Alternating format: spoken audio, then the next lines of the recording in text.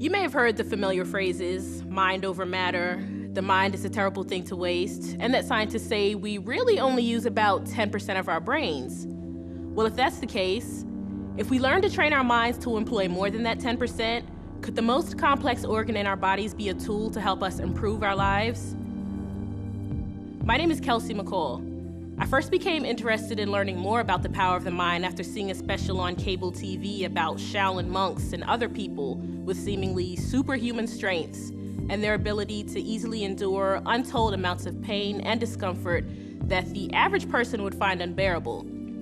Like a man who trained his mind to regulate his body temperature to withstand simulated hypothermic conditions and then be perfectly fine afterward. Or the monk who never flinched while bricks and nails punished his body.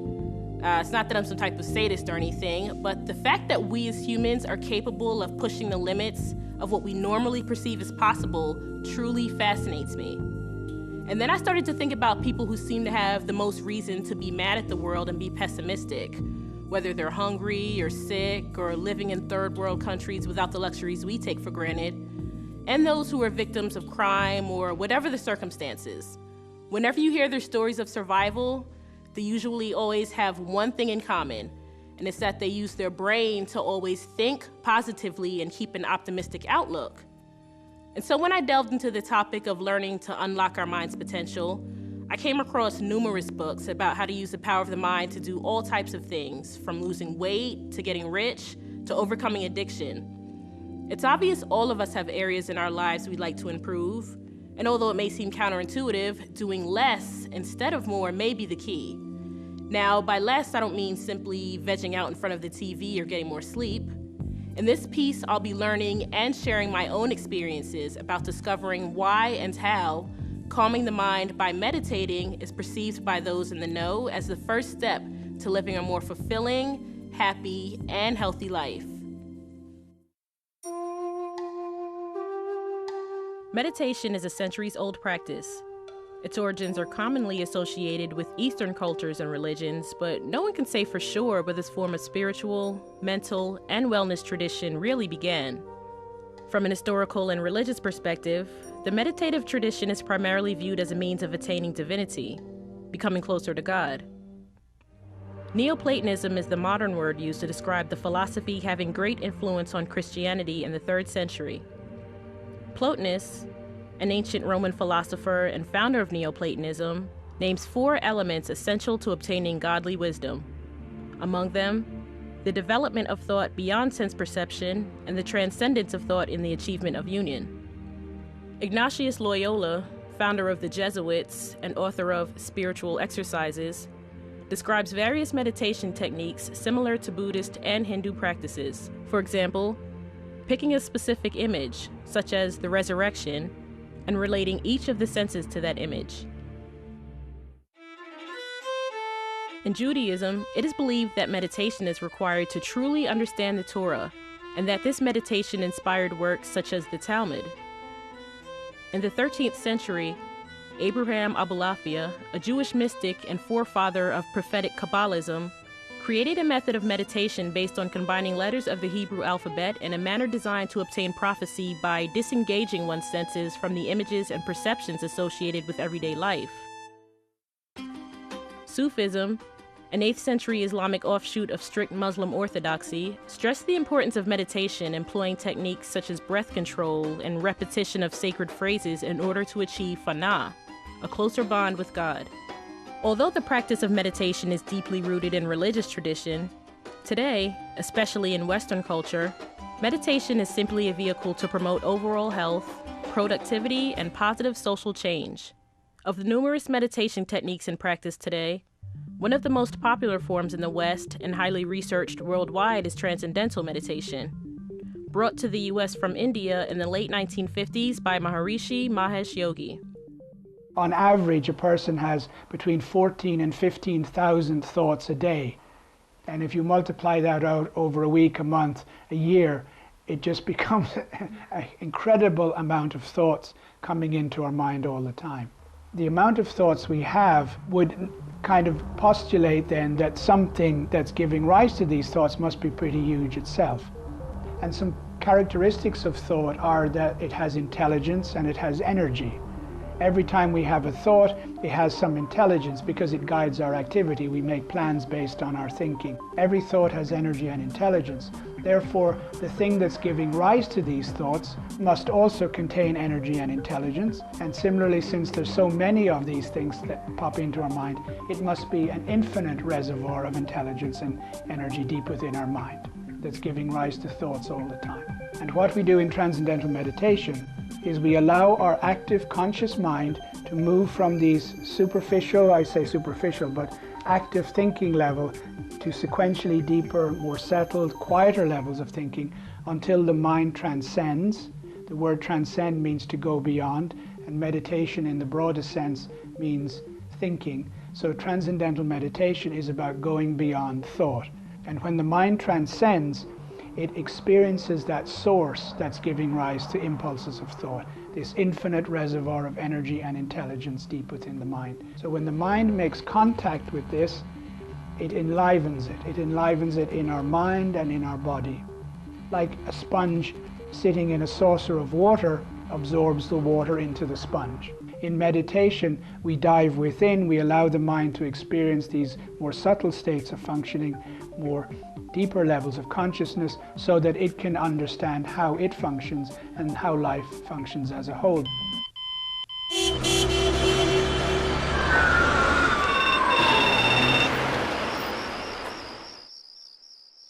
Diving deep within.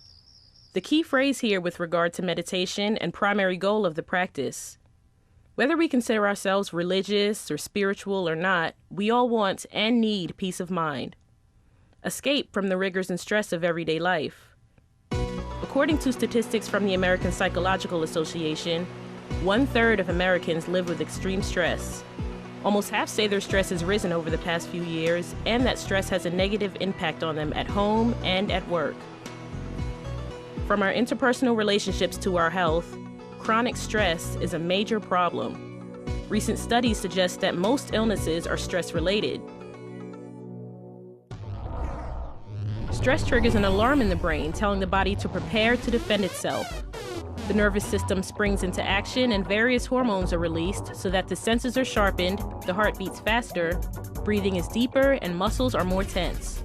Although this fight or flight response is innate, when the body is kept in a constant state of alert because the stress is ever present, that daily grind in our biological systems takes its toll, resulting in fatigue and the breakdown of our immune systems, and thus our overall health. Dr. Serena Groswald has studied extensively the effects of regular meditation on children diagnosed with ADHD. She describes the role stress plays in negatively influencing their behavior. The prefrontal cortex, which is that part of the brain that is sort of our filter that keeps us from acting from the more primitive part of the brain, which is the emotional part of the brain, that reaction. The prefrontal cortex filters that, and it's analysis and planning, and so that part of the brain that says, maybe I shouldn't hit this person just because they said something I didn't like, that's not functioning because stress shuts down that part of the brain. It's nature's way of protecting us. When we're under extreme stress, we don't want to be analyzing things. We want to get out of the situation or stand and defend ourselves, whatever it is. But chronic stress shuts that down chronically. Suffice it to say, when we live in a constant state of stress, we're simply not at our best. Stress diminishes our capacity to function at our optimal level, thus adversely affecting every facet of our lives and the ability to enjoy life more fully. And this is where the power of our minds comes into play. And it's not just some abstract theory. National Institutes of Health has funded over $27 million in research funding for TM, particularly in the areas of cardiovascular disease. And they've done research on the health benefits of TM comparing to non-meditators. One of the most outstanding studies, I think, is when it compared 2,000 subjects, Blue Cross Blue Shield participants, and they compared those that do transcendental meditation to those that didn't.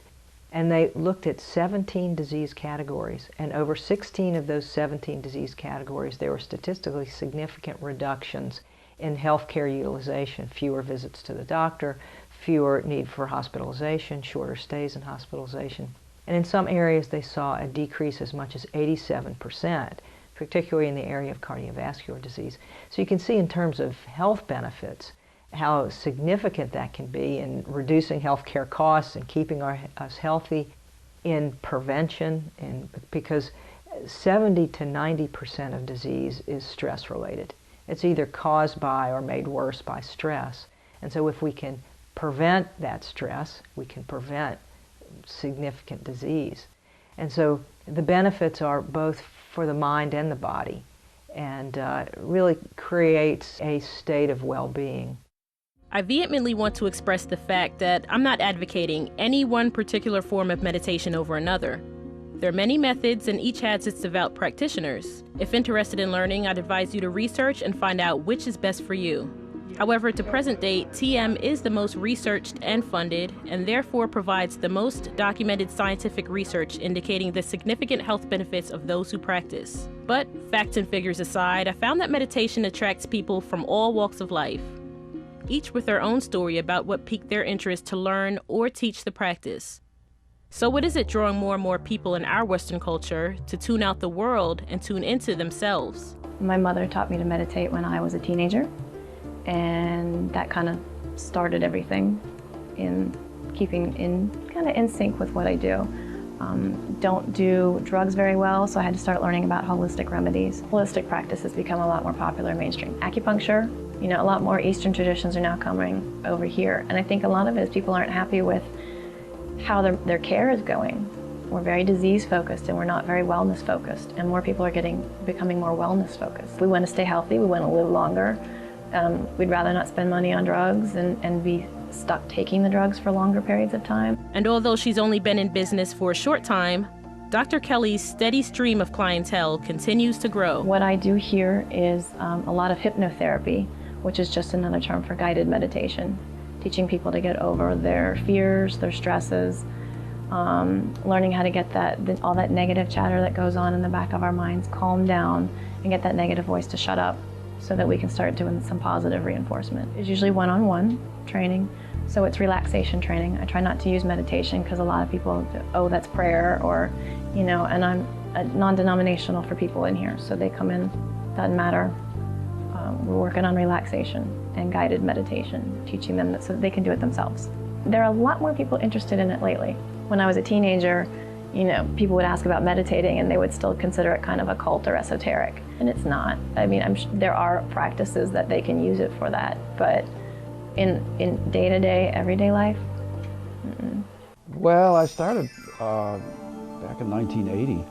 I'd actually seen somebody meditate. It wasn't very popular at that time, and said, "What is that?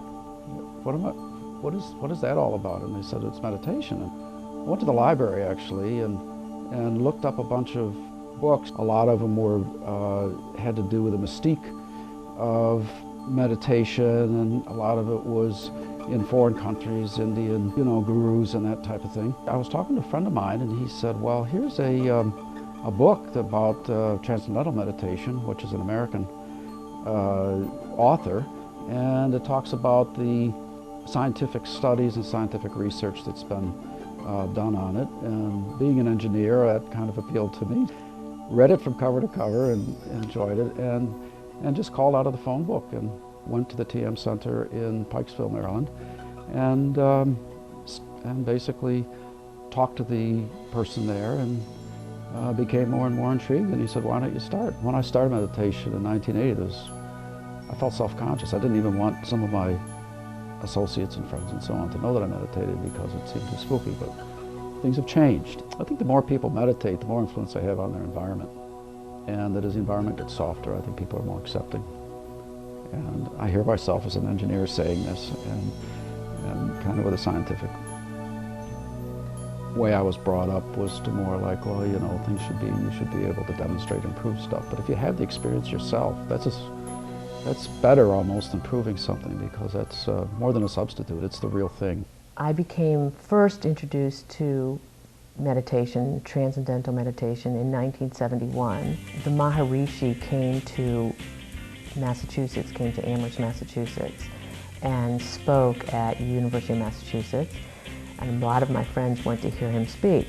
and he was very influential, and we all became excited about what his message was, which is he was telling us about a very simple way to meditate and reach a peaceful place that would be very restful. But I was too young to understand. I mean, not that people my age weren't meditating, people were meditating, but for me it was very difficult. I couldn't sit still, I didn't understand what they were saying, I didn't hear the message. So I gave it up probably after a year of trying. Then when I was interviewing for my job at the tower companies, I found out that not only did one of the owners meditate, but the whole family had been exposed, and most of them are meditating, and the company in general is meditating. My new phase of meditating began in December of 2007. Now, what attracted me to meditating is the fact that it is a very restful process, and I'm extremely active. Not only do I have a demanding profession, but I also am a mother of 2 kids, and I am very athletically inclined. So I get tired easily, and I'm old, so I get tired easily. And I assume that this would help me concentrate at work and give me a form of relaxation that would be better than napping. Before I meditated, that's what I would try to fit in, a nap every day. And you can't nap if you're practicing law every day. My name is Albert Zoima. I'm from Haiti. I love philosophy, art, martial arts, and really into as far as like the body, the mind, how everything operates and works. I started into meditation. I took a class a couple years ago into philosophy, and we had talked about philosophers and scientists also, and one of them that really struck me was the Buddha. So his philosophy I really like, as far as like the mind of people, and how it works and what we are, and that's how I got into it. Even though it took me a couple years to realize that was something that I really wanted to dig into, but I had little distractions. And in some way, somehow, I got back into it. I learned TM not because I was looking for something or even knew very much about it. I came to it because my older brother learned. And he learned because he was in graduate school in psychology, and he went to an introductory lecture, and he just thought what he heard there sounded so appealing that he decided to learn. And after a few months, he was having really wonderful experiences, and he suggested that I learn, and I thought my older brother knew everything, and so I did. And then over time, just really having, for myself, realizing the benefits, and then being very much drawn to it as more research came out, drawn to studying it myself. I think meditation has become of interest in the West because we live in such a stressed society. World Health Organization has actually said that we have an epidemic of stress. And finally people are saying life has just become too overwhelming, and they're looking for ways to manage their stress. And I think they're also looking for some inner fulfillment. We have gained more and more material things, and people have become wealthier, and they seek out and get the material things that they want and find that somehow there's something still missing. And I think that's also something that's become very important in society today. We see more and more people turning towards spiritual kinds of things, seeking that inner stability. Inner stability and inner peace. Many people who quote-unquote live the life, be it with money, fame, or material things, don't necessarily have happiness or inner peace. Buddhist monks and other spiritual beings inspire me because of their dedication and success in living an extremely disciplined and simple life, which they say brings them happiness, peace, and ultimately closer to the goal of enlightenment. This lifestyle is achieved primarily through meditation as the vehicle. I wanted to tap into that vibe and find out what their secret is. The practical Buddhism, they call Dana, Sila, Bhavana. These are 3 important things in the Buddhist practitioners. Dana is a practicing generosity. Sila is a moral conducting, mental, physical and verbal behavior, and bhavana is a meditation. Meditation mean and something have to work on our weakness, you know. Meditation is a development, develop your insight, and our mind and our insight is underdeveloped. That's why we have sorrow, pain, lamentation, all difficulties, all kind of problems, jealous, anger, all kind of things, because we are not enlightened, we are not developed our insight, our third eye. So that's why all the things, attachment, all problems, and our misbehavior, all kind of problems, as a result, very difficult situation. So meditation trying to calming down your insight. Morning to evening, so many things happening our day. If we don't meditate, our mind is like a monkey mind, you know, so many things on it. When we have our mind all kind of problems and difficulties, our words are not really good. So someone who having the good disciplined mind, the meditation can bring the happiness and the strong concentration. To do that, we need the meditation. We have to sit down, we have to look at ourselves. No need to be a Buddhist. Any person can be the practice Buddhist teaching. Any person can practice meditation. And if anyone can practice meditation, then there must be techniques that appeal to all types of people. All methods share the key principle of shutting out the outside world and reconnecting with ourselves. However, there are distinctions to be made amongst various forms. There are dozens of specific meditation techniques, from guided relaxation to transcendental to yoga to Buddhist meditation and so forth. While researching, I found that when it comes to the categorization of these techniques, depending on the source consulted, a few semantics issues tend to arise, but generally, there are two main forms: concentration and contemplation, also referred to as mindfulness meditation.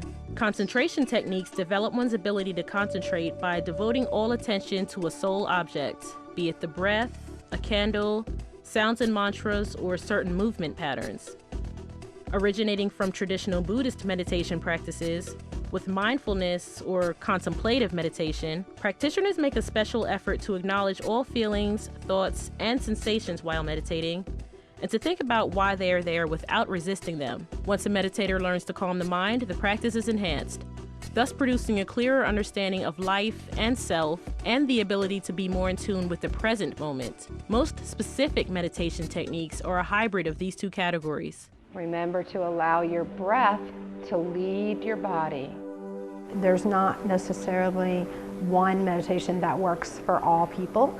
It's primarily about going inward. When you're in a yoga class, even though there are other people in the class, you are doing your own yoga practice on your mat. The basic idea that people have about meditation, where you're just sitting with your eyes closed and being very, very still, although that sounds good to some people and they like the peace and the stillness and the quiet, other people might have difficulty being still or quieting their mind. And the more they try to do that, the busier their mind gets and the more nervous they get.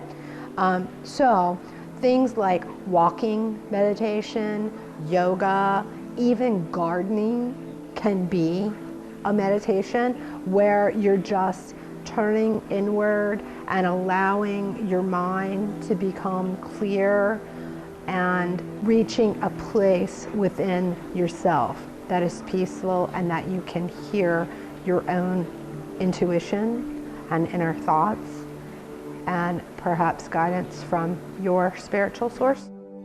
Different meditations are different. They work differently, they have different effects on the mind and body.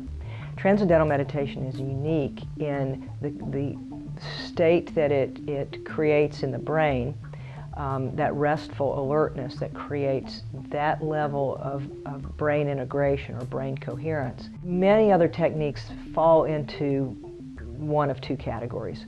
They're either techniques of concentration where you're forcing or controlling the mind to do something. And that's often what people are doing when they come in, they're interested in meditation, but they say, I tried, but I just can't do it. It's generally because they're trying some kind of concentration technique and they're trying to force the mind to be clear or be empty. And that's the exact opposite of TM. It doesn't require that effort or concentration. And then other forms of meditation are meditations of contemplation, where you're many different kinds that fall into that category. Sometimes they say imagine yourself walking on the beach, or observe your thoughts and your actions. All of that engages the mind. It keeps the mind active, where TM allows the mind to go inward towards the more and more quiet states of our own awareness till we actually can experience complete silence, that pure consciousness of our own awareness when the mind is not active. We call all that meditation called samatha vipassana. Vipassana is practicing impermanence and insight meditation, and samatha meditation is any object, like even the Buddhism, they called 40 topics to sit and meditate that can concentrate. But concentrate is not enough, but we are more than concentrate, we have to develop the reality to look at it. That's why insight meditation is more than concentrate. Transcendental meditation, they use it like a mantra, there's a kind of special quote, they're just reciting over and over. It is very helpful. It's very helpful to your lousy mind to calm down. And Vipassana meditation not only calm down, they're developing more than that. For the enlightenment, need the Vipassana meditation. So both together, both we need the concentrate and then the development. So all other meditation, transcendental and other kind of Mahayana meditation, or Tantrayana, all kind of meditation, very helpful to concentrate your mind. But it is not the way, we need a little beyond that. We're going to start with some Qigong, moving the energy in our bodies. First one we always start with is just raising our hands up as we're breathing. Regardless of the technique employed, all the meditators I spoke with conveyed the profound impact regular meditation has had on their lives, personifying the concept of unlocking our mind's potential by doing less, more often, to improve our lives. Anything your mind can visualize, your body can achieve. Point in case, in 2005, I broke my shoulder in a motorcycle accident in 2 places. Snapped my collarbone in half and broke the scapula. My orthopedic surgeon said, you're not ever going to be able to use your arm to full capacity again. And put a screw in my shoulder and sent me to physical therapy. Here I hope physical therapy will help, but you're not going to regain full use of your shoulder. You don't tell me can't, because it's not part of my vocabulary. And I said, okay, that's fine. And I started working on meditating. Didn't take the painkillers. I think I took them for 2 days. Didn't like the way they were making me feel. So instead worked with over-the-counter, regular Motrin, and just meditating and working through any of the pain. Visualizing that I was going to be able to use my arm and doing it each and every day and making it so that I could. If you can see it in your mind, you can actually achieve it in body and then carry it over into your day. You see it with sports too. Athletes will visualize over and over in their mind in order to actually get their body to follow suit. The goal of meditation really is just to see things as they are, just being more present and being more aware to the way things are anyway. So it's not necessarily something I think you have a distinct goal, or at least if you do have a goal, it's not something you need to keep in your mind. It's something, you have to do the process and the goals and the benefits come from that. But generally when I meditate, it's a clear feeling. I kind of shy away from the ideas that people should get ideas of what it's like, because everyone's, meditation experience is different because everyone's mind and everyone's body is different. But when I end a meditation session for the next half an hour or so, I feel especially present to what I'm doing and especially kind of clear, like a nice spring day. I noticed within a week, I noticed a difference. I was more mindful of the things around me. As I'm driving, I noticed that I go like 1 mile. As I'm driving 1 mile, I noticed that where did those minutes go when I was driving? It's like you're so oblivious to it. So, but when it comes to meditation, and you realize those time, those space that you just totally not aware of, you start noticing. You start to pick out things, you start to see things, be more into it, be in the moment. Most of the time, the way our mind works, our mind usually is in the future or in the past, but seems never to be in the present. I noticed that as I'm reading what I read before, I don't even remember it. But now, since I have meditated, I started meditation, I'm reading that book, I remember everything in that book. Meditation helps you do that. It increases your concentration, helps increase your focus. Spiritually, it's to better myself and to know what am I made of? What is this body made of? What is this mind made of? And you have the body and then you have the mind, your conscious.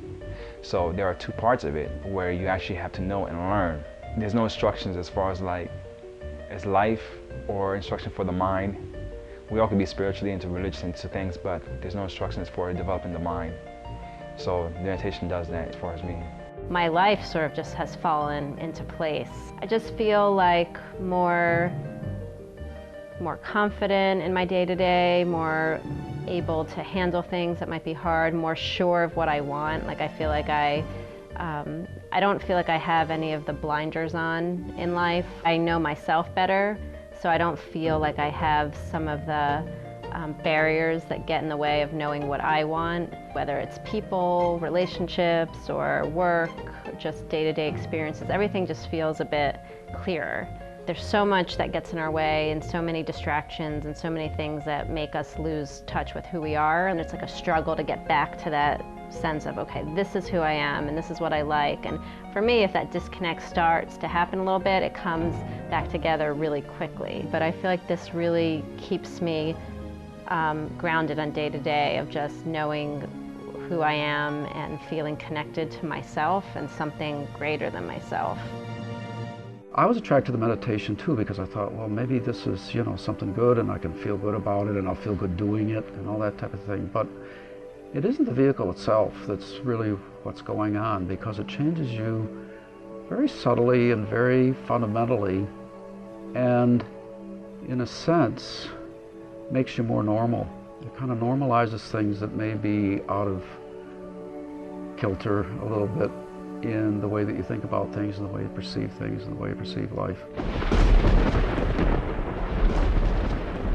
People talk about that it reduces stress. And stress is really maybe not interpreting what goes on in your life as it should be or as a healthy way of interpreting things. It gives you kind of an anchor that allows you to have a certain peace of mind, even though there's a lot going on around you. You might think, well, if you're more blissful, you'd be more calm, but actually you're more active, a lot of times more precise, more decisive, but not angry. The anger element seems to disappear, because anger is really a reflection of fear.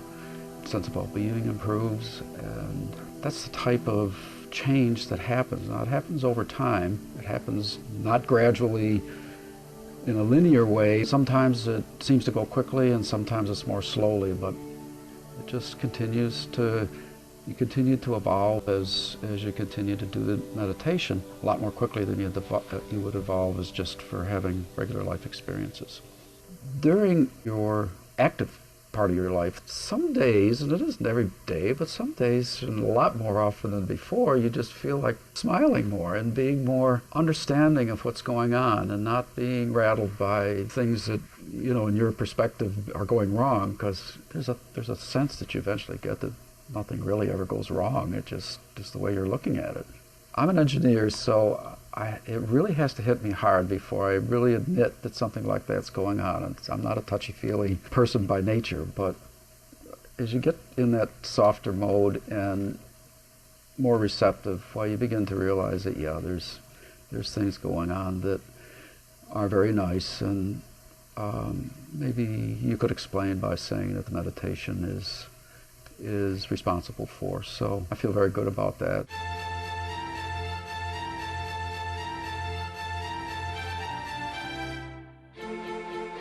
I like classical music and certain kinds of jazz and that kind of thing. I can tell when somebody's laughing or smiling or having a funny experience when they've written something or playing something, or maybe that they're feeling a certain emotion like sadness or power.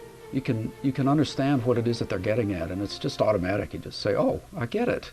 All of a sudden I understand. You can do the same thing with art, and you can kind of say, well, you know where the person was when they were creating it, because you can kind of get into it and see that part of it.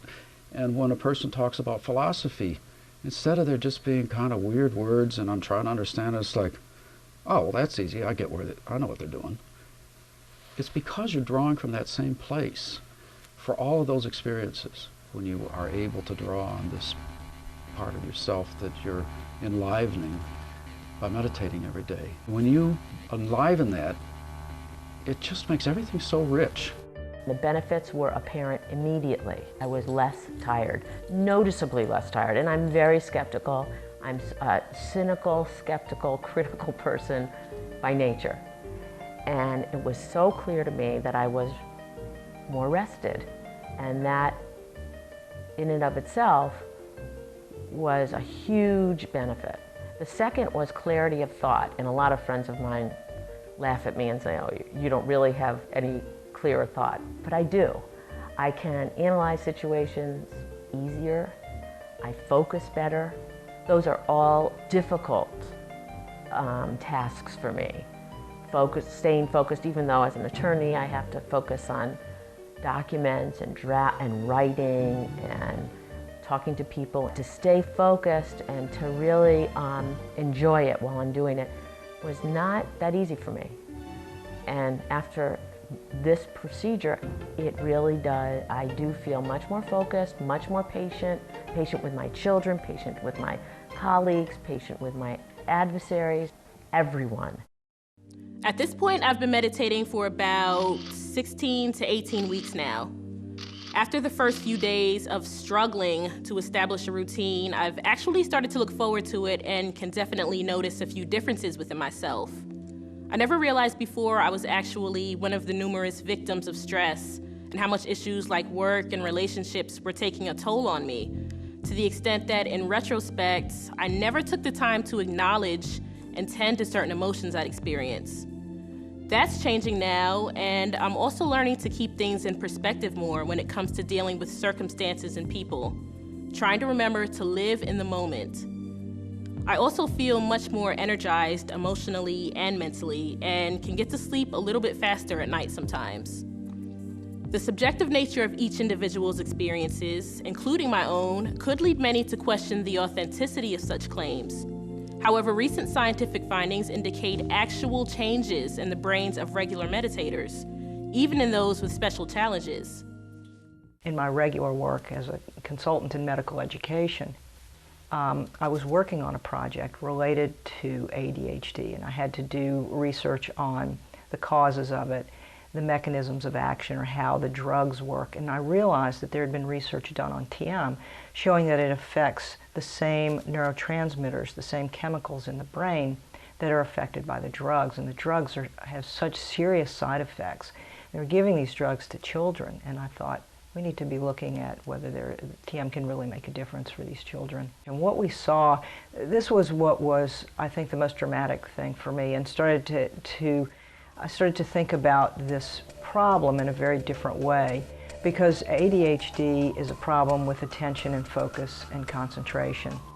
And what we saw in our research was a 50% or more reduction in stress and stress-related problems. These children, they were meditating 10 minutes twice a day, every day in school.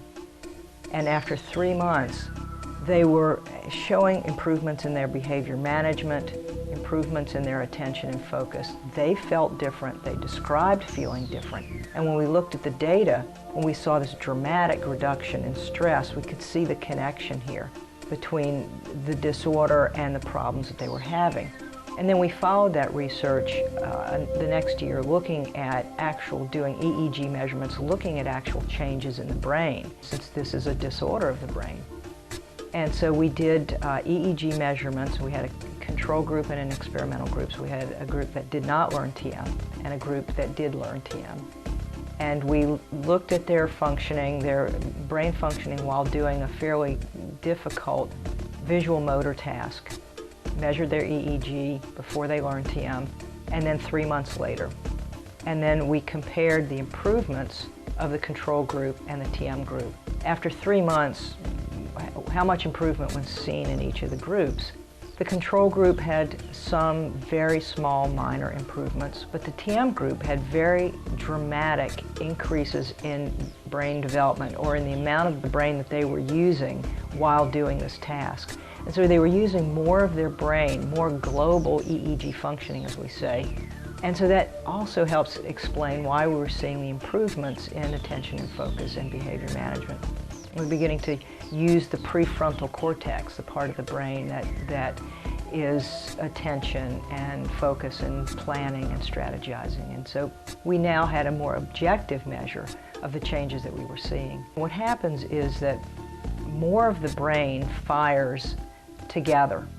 And so we think about somebody who's a visionary, for example, that they're using a certain part of their brain, and somebody who's a detail person is using a certain part of the brain, or somebody who's creative is using a certain part of the brain, and somebody who's analytical is using a different part of the brain. But the ideal is to have all of the brain functioning so that when you're doing something, you're drawing from the left and right hemisphere, the prefrontal cortex, the rear of the brain, all of those things, and it's so that you can really spontaneously see the big picture, see the details, and that's what happens with TM. Can we meditate our way to a more patient, gentler, and caring self? That seems to be the consensus after researchers studied the effects of meditation on Buddhist monks by employing the use of auditory stimulation and functional magnetic resonance imaging to gauge response. This brain scanning technology indicated that, compared to novices, monks with at least 10,000 hours of meditation time practiced displayed substantial activity in the insular cortex as well as the amygdala, areas of the brain primarily associated with emotion. So what does this mean? According to the researchers, it means people may have more power over their personalities than they think.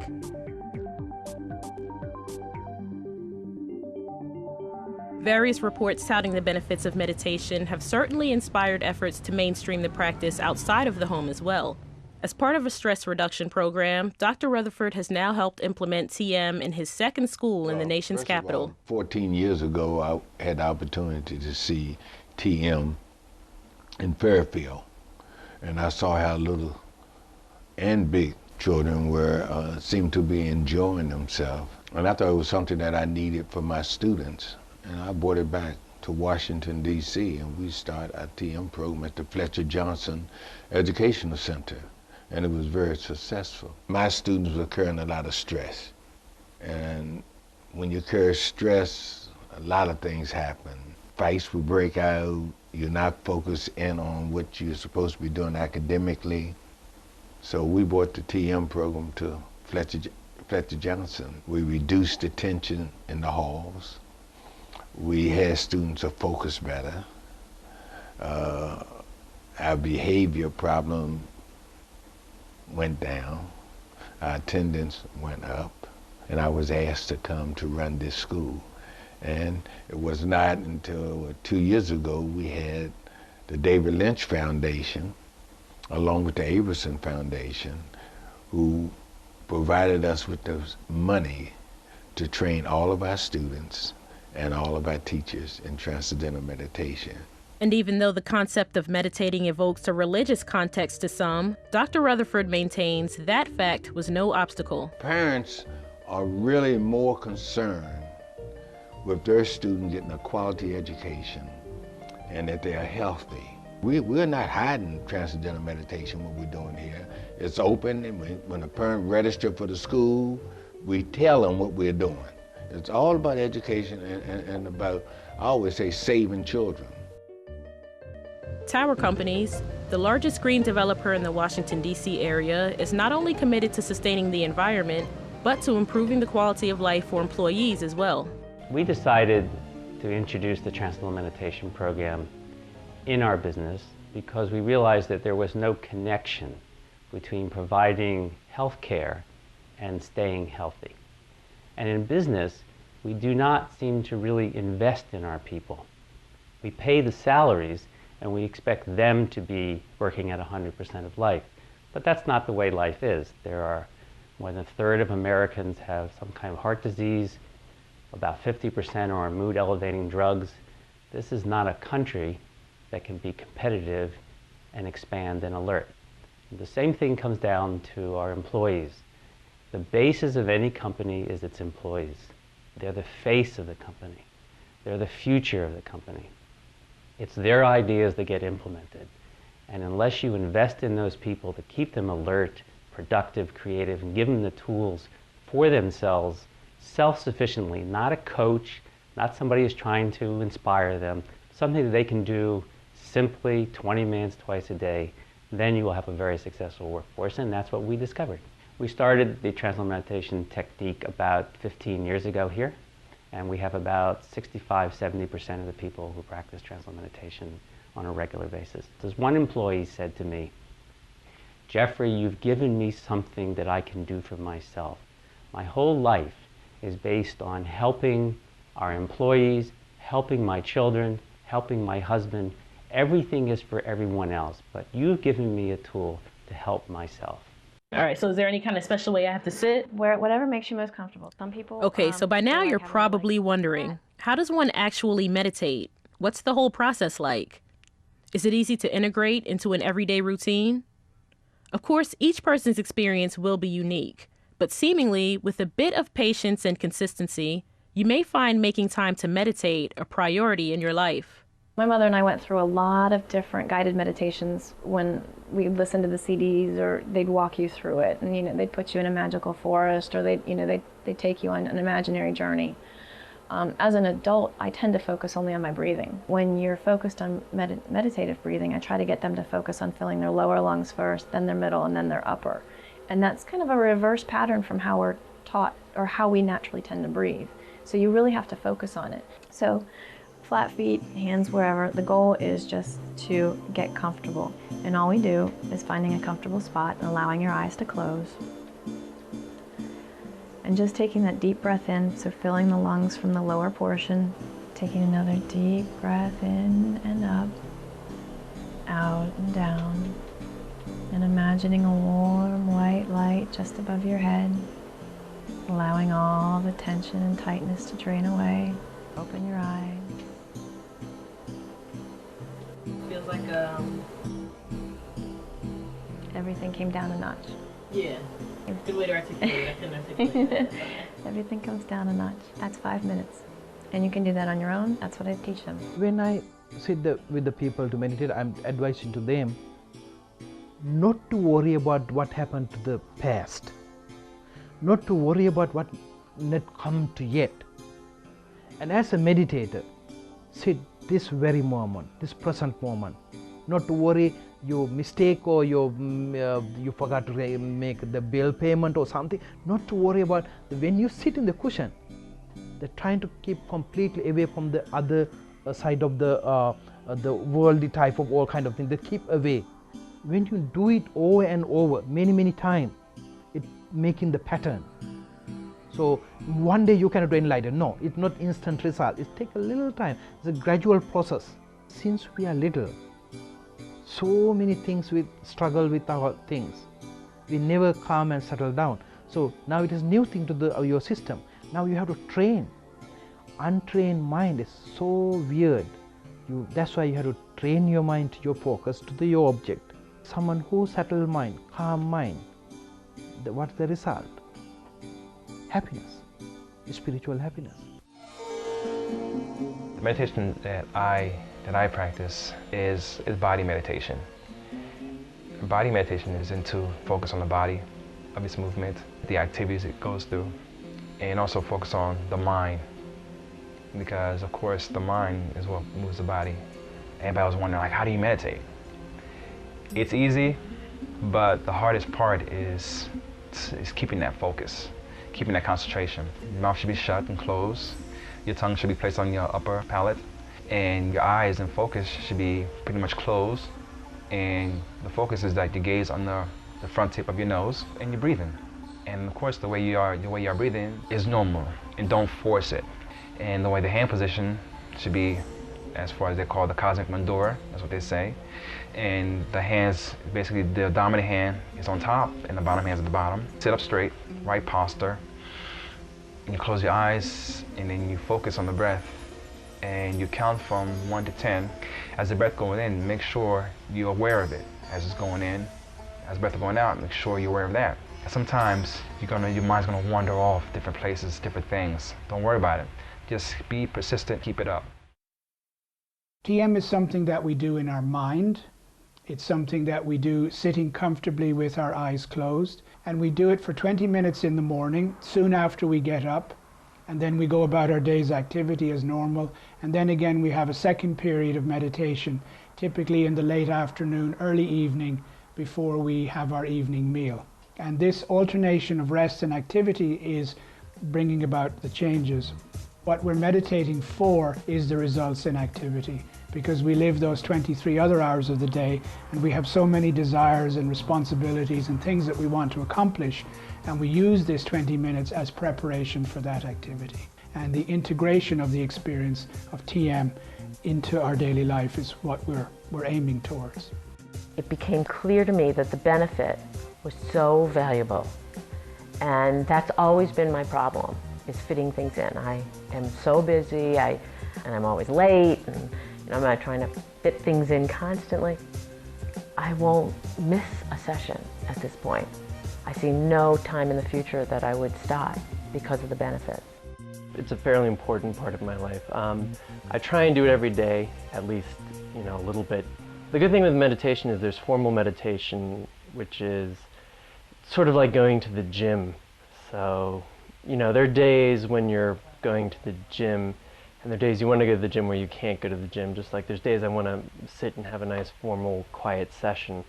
But just because you don't go to the gym doesn't mean you're not using your body and not learning the lessons you learn in the gym and the skills you learn in the gym. So there's always like a moment where you can catch yourself, calm yourself down, come back to the moment, and that's something I use every day. None of the practitioners I spoke with ever recounted to me any adverse effects they attributed to meditation. But in line with the commonly held view that there is no human activity completely beneficial to every being in every circumstance, there are reports that in some people, depersonalization or an unpleasant alteration in the perception or experience of the self can occur. This phenomenon is also characterized by being an outsider observing one's own mental processes. Although this phenomenon is rare, it has been observed in presumably healthy meditators.